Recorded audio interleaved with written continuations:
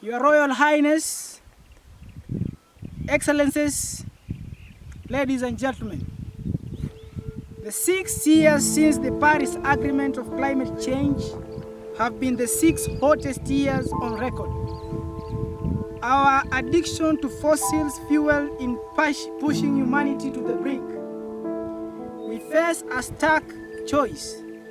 Either we stop it or it stops us.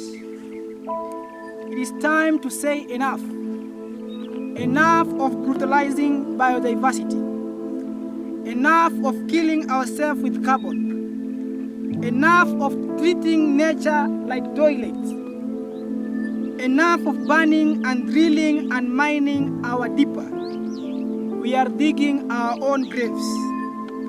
Our planet is changing before our eyes, from the ocean depths to mountains tops, from melting glaciers to relentless extreme weather events. Sea levels rise double the rate it was 30 years ago. Oceans are hotter than ever and getting warmer faster. Parts of the Amazon forests now emit more carbon than they absorb. Recent climate action announcements might give the impression that we are on track to turn things around. This is an illusion. The last published report on national determined contribution showed that they will still condemn the world to a calamitous 2.7 degrees Celsius increase. And even in the recent pledges were clear and credible, and there are serious questions about some of them. We are still grinning towards climate catastrophe. Even in the best case scenario, temperatures will rise well above 2 degrees Celsius. So as we open this much anticipated climate conference, we are still heading for climate disaster. Young people know it. Every country sees it.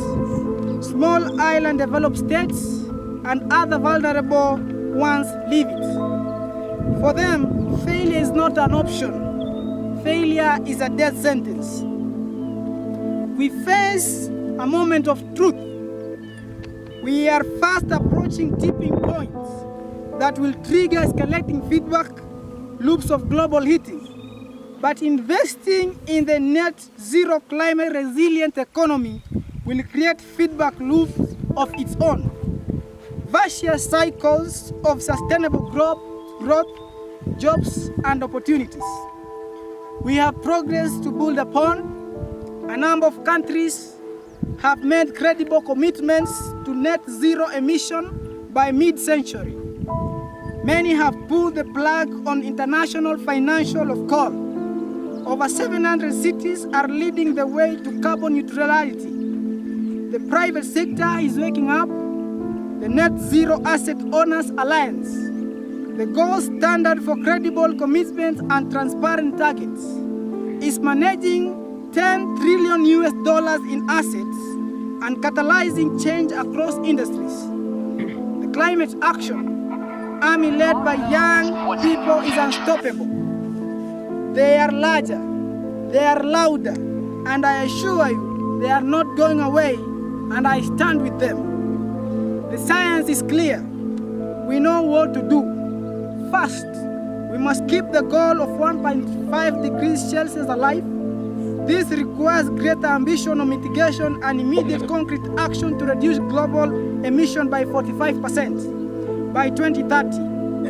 G20 group of 20 countries have particular responsibility as they represent 80% of emissions. Your Excellencies, according to the principle of common but differentiated responsibility, in light of national circumstances, developed countries must lead the effort, but emerging economies too must go to the extra mile, as their contribution is essential for the effective reduction of emissions. We need maximum ambition from all countries of all fronts to make Glasgow a success. I urge developed countries and emerging economies to build a coalition, create the financial and technological condition to accelerate the decarbonization of economy, as well as the phase out of coal. These coalitions are meant to support the large emitters that face more difficulties in the transition from grey to green, from them to be able to do it. Let's have no illusion. If commitments of all sorts by the end of this COP, countries must revisit their national climate plans and policies. Not every 5 years, every year, every moment, until keeping 1.5 degrees Celsius is assured, until subsidies to fossil fuels, until there is a price on carbon, until coal is phased out, but we also need greater clarity.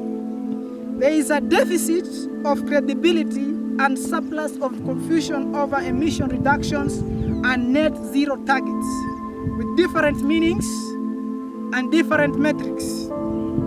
That is why, beyond the mechanism already established in the Paris Agreement, I am announcing today that I will establish a group of experts to propose clear standards to measure and analyze net zero commitments of non-state actors. Second, we must do more to protect vulnerable communities from the clear and present dangers of climate change. Over the last decade, nearly 4 billion people suffered climate-related disasters. That devastation will only grow, but adaptation works. Early warning systems save lives. Climate-smart agriculture and infrastructure save jobs. All donors must allocate half their climate finance to adaptations. Public and multilateral development banks should start soon as possible. Third, this COP must be a moment of solidarity. The $100 billion a year climate finance commitment in support of developing countries must become a $100 billion climate finance reality. This is critical to restoring trust and credibility. I welcome the efforts led by Canada and Germany to help us get there. It is an important first step, but it delays the largest support for years, and it does not give clear guarantees. But beyond the $100 billion, developing countries need far greater resources to fight COVID-19, to build resilience and pursue sustainable development. Those suffering the most, namely the developed countries and small island developing states, need urgent funding, more public climate finance, more overseas development aid, more grants, easier access to funding, and multilateral development. Banks must work much more seriously at mobilizing greater investment, though blended, and private finance.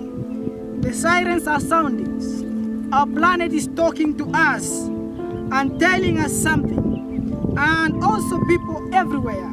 Climate action tops the list of people's concern across countries, age, and gender. We must listen and we must act. And we must choose wisely.